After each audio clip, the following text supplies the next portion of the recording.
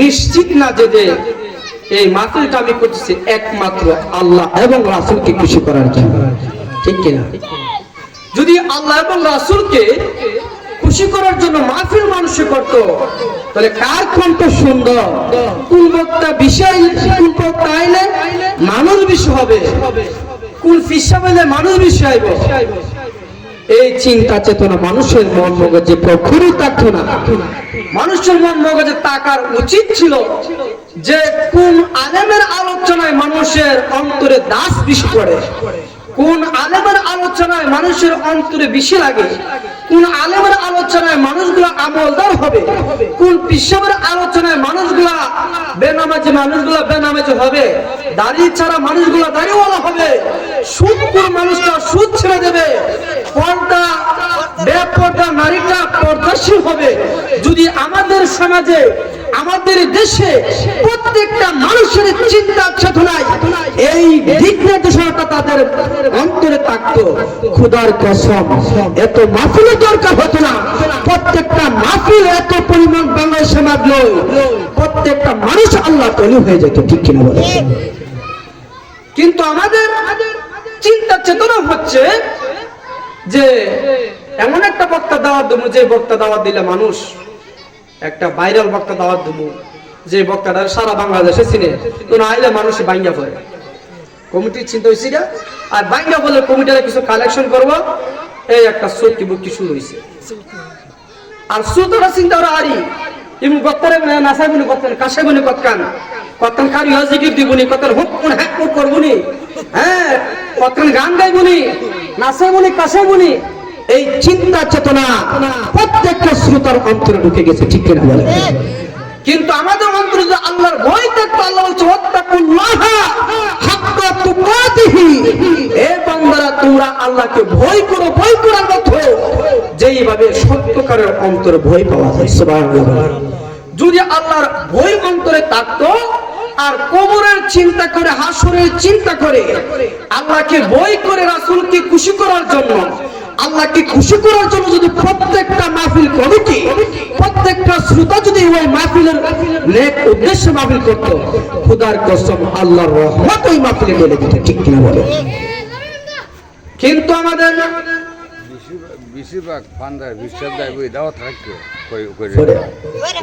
কিন্তু আমাদের চিন্তা চেতনা হচ্ছে সম্পূর্ণ আলাদা ডিপার্টমেন্টে। আমাদের চিন্তা হচ্ছে কিভাবে মানুষ হাসানো যাবে, কিভাবে মানুষ কাছানো যাবে, কিভাবে মানুষকে নাচানো যাবে। এটা হচ্ছে প্রত্যেকটা বক্তার চিন্তা চেতনা। আর প্রত্যেকটা শ্রোতার চিন্তা চেতনা হচ্ছে কিভাবে বক্তা কমেডিয়ানের মাধ্যমে শ্রোতার মন জয় করতে পারবে। ওই বক্তার সুরটা ভালোনি, ওই বক্তার ডকটা ভালোনি, ওই বক্তা এবং বক্তার দিকে শ্রোতাদের এই নজর। কিন্তু বাবারে বন্ধুরা আমার, আপনারা দেখেন, রিচার্জ করে দেখেন, আপনারা রিচার্জ করুন কোরআন এবং হাদিস, এজমা এবং কিয়াস, চারটা শরীয়তের মাকাম রিসার্চ করে দেখেন, একটা হাদিসও পাবেন না যেই হাদিসের মধ্যে, একটা কোরআনের আয়াতও পাবেন না যেই কোরআনের মধ্যে আমার আল্লাহ তাআলা আমার নবী বলেছেন। আমার নবীর জীবনের 63 বছরের জিন্দেগিতে আমার নবী কোনদিন সুর দিয়ে ওয়াজ করেছে কিনা? আমার নবী কোনদিন ওয়াজ করার সময়, নসিহত করার সময় সুর দেয় নাই, সুরের মাধ্যমে ওয়াজ করে নাই, অঙ্গি ভঙ্গি করে নাই, মানুষকে আসে নাই, কাছে নাই, নাচাই নাই। আমার নবীর একটা উদ্দেশ্য ছিল কিভাবে মানুষ ইসলামটাকে গ্রহণ করবে, কিভাবে মানুষ আল্লাহকে 24 ঘন্টা স্মরণের মধ্যে রাখবে, কিভাবে মানুষগুলো হেদায়েতের রাস্তায় ধরবে, কিভাবে মানুষগুলো এই কুসংস্কার থেকে বের হয়ে ওয়াদের মালা গলায় পড়বে, আওয়াজ করে বলুন ঠিক কিনা? এই জন্য আমি পবিত্র কালামে মাজিদ থেকে আমি ছোট্ট একটা আয়াত কারিমা তেলাওয়াত করেছিলাম, যে আয়াতের কালিমা সূরাতুল বাকারা আল কুরআনুল কারীমের মধ্যে 114 খানা সূরা রয়েছে। কয়টা সূরা? 114 খানা সূরা। তার মধ্যে 6666 আয়াত রয়েছে।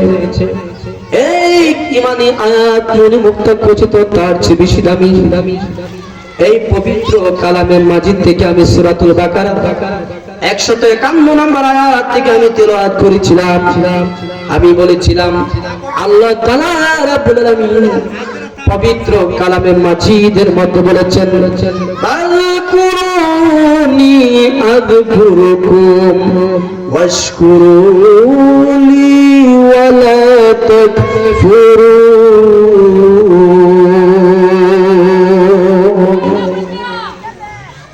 আমার আল্লাহ তাআলা বলেন আযকুরুনি, যেই ব্যক্তি আমাকে স্মরণ করবে রে, যারা আমাকে স্মরণ করেন, আযকুরুকুম ওয়াশকুরুলি ওয়ালা তাকফুরুন, আমি আল্লাহ তাদেরকে স্মরণ করি। কিন্তু তাফসীরে লেখে আমার আল্লাহ আমাদের মতো আল্লাহ আমাদেরকে স্মরণ করে না। আমাদের এমন কোন মানুষ নাই, যেই মানুষটা পৃথিবীতে রয়েছে যার জীবনে কোনো গুনাহ নাই, ঠিক কিনা বলেন? প্রকাশ্যে গোপনে জাহেরি বাতিনে কারো না কারো কোনো না কোনো ভাবে গুনাহ হয়ে গিয়েছে, ঠিক কিনা? কিন্তু এমন কোন মানুষ নাই যার আমল নামায় গুনাহ নাই। আল্লাহ বলে বান্দা তুমি পেশাব হতে পারো, তুমি খলিফা হতে পারো, তুমি জজ হতে পারো, তুমি ব্যারিস্টার হতে পারো, তুমি মাওলানা হতে পারো, তুমি ইমাম সাহেব হতে পারো, কিন্তু তুমি চিন্তা করে দেখো কোনো না কোনো ভাবে তুমি আমি মাওলার কাছে ধরা খেয়ে গিয়েছো, কোনো না কোনো ভাবে তোমার আমল নামায় গুনাহ হয়ে গিয়েছে, তোমার কোনো না কোনো জায়গায় তোমার ভুল হয়ে গেছে রে। তাই বান্দা তোমার স্মরণ আর আমার স্মরণ একরকম না। তুমি আমি আল্লাহকে যখন স্মরণ করো, আমি আল্লাহর রিপিট ভাবে তোমাকে স্মরণ করি, কিন্তু আমার স্মরণ আর তোমার স্মরণ একরকম না।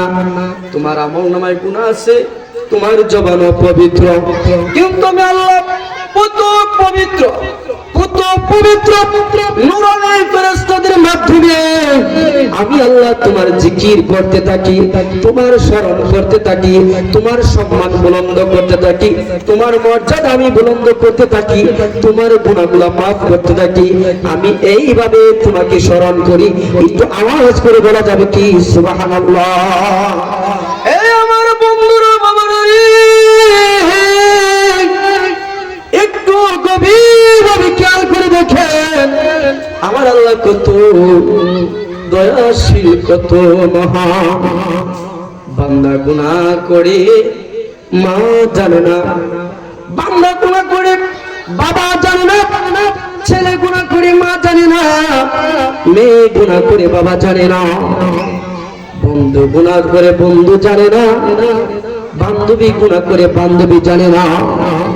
কিন্তু একটা কথা মুরব্বিরা বলে থাকে, দিলে জানে বাপ আর মা জানে বাপ, ঠিক কিনা বলে?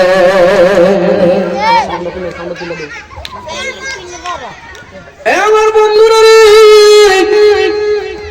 তাই আল্লাহ বলে ও বান্দা তুমি আমাকে ফাযকুরুনি আযকুরুকুম ওয়াশকুরুলি ওয়ালা তাকফুরুন।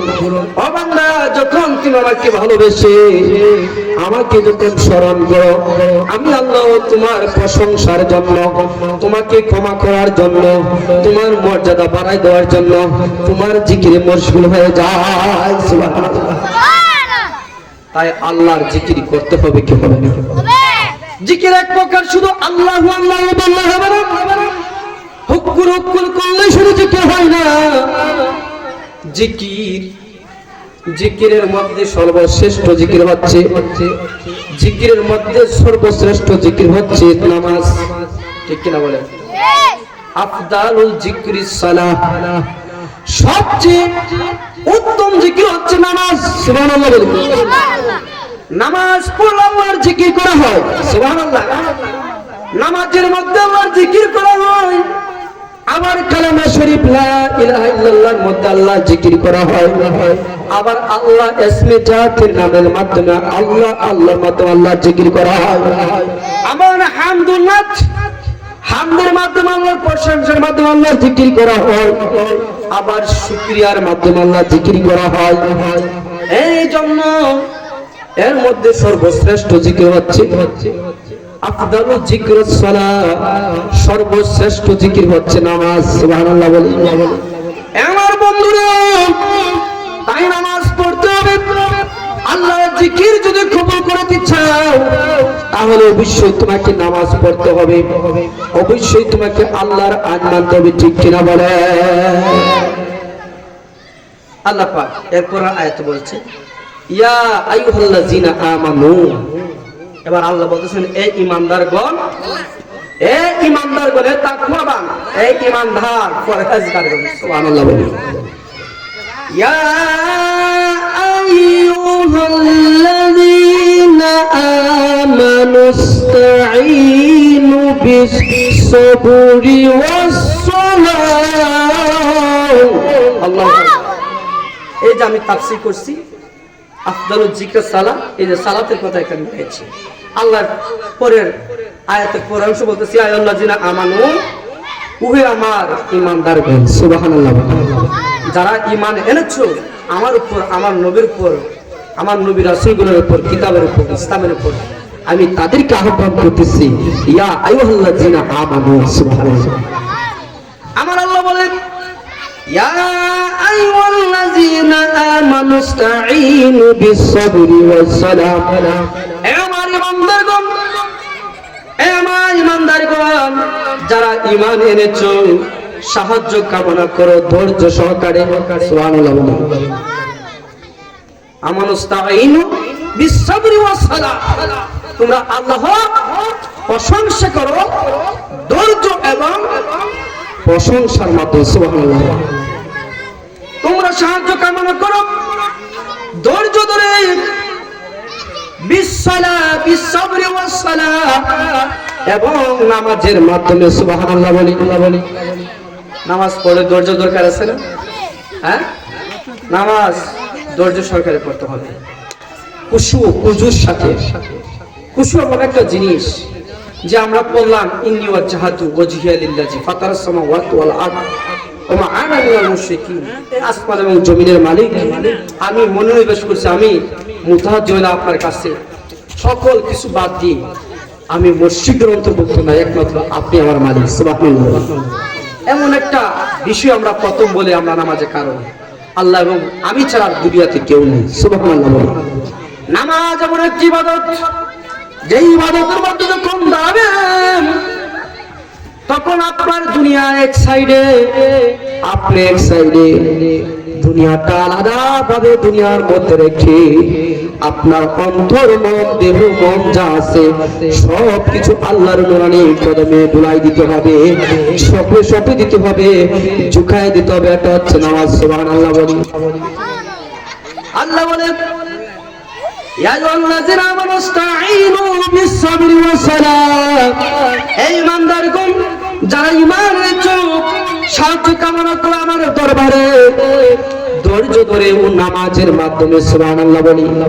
বান্দা বিপদে পড়বে, বান্দা মামলা করবে, বান্দা অসুখের মধ্যে পড়বে, বান্দা গাড়ি অ্যাক্সিডেন্ট করে পড়বে, বান্দা বিদেশের মধ্যে সমস্যায় পড়বে, বান্দা দেশি সমস্যায় পড়বে, বান্দা আর্থিক সমস্যার মধ্যে পড়বে, বান্দা ইমানি সমস্যার মধ্যে পড়বে, বান্দা সাংসারিক সমস্যার মধ্যে পড়বে, বান্দা রাজনৈতিক সমস্যার মধ্যে পড়বে, বান্দা সামাজিক সমস্যার মধ্যে পড়বে।